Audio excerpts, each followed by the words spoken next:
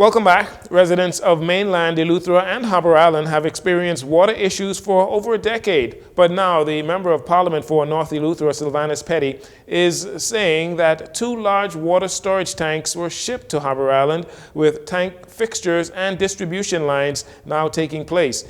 Minister of Works and Family Island Affairs, Clay Sweeting, says not only are waterworks being completed, but electricity generation solutions are also ongoing on the island of Eleuthera. Well, right now the water issues are mitigated in Eleuthera.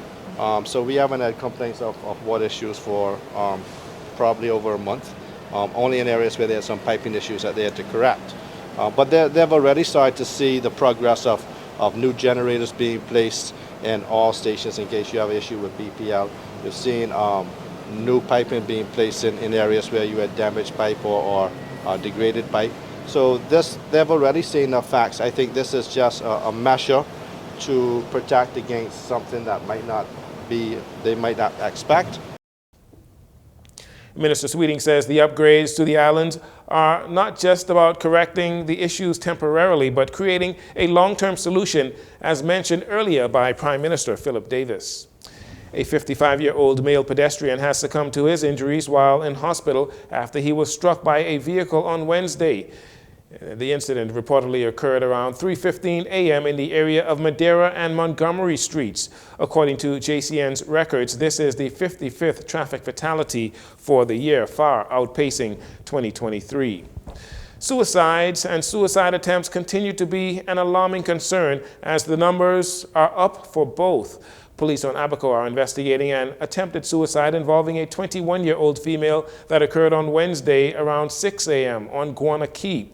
According to preliminary reports, the victim, while at her residence, inflicted injuries to her wrists using a sharp object. The victim was transported to the medical facility in Marsh Harbor, Abaco, where she received medical attention. Subsequently, she was airlifted to New Providence and admitted to the hospital for further medical care.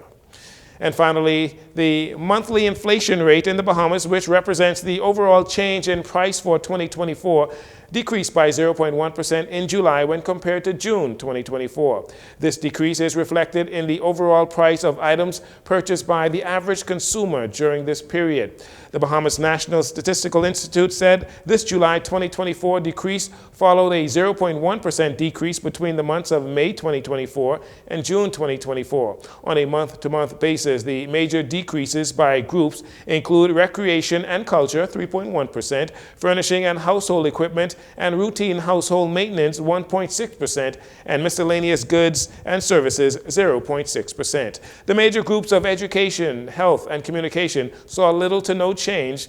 Meanwhile, the major group of alcoholic beverages, tobacco, narcotics, saw an increase of 2.3%, while food and non-alcoholic beverages increased 1.0% when compared to June 2024.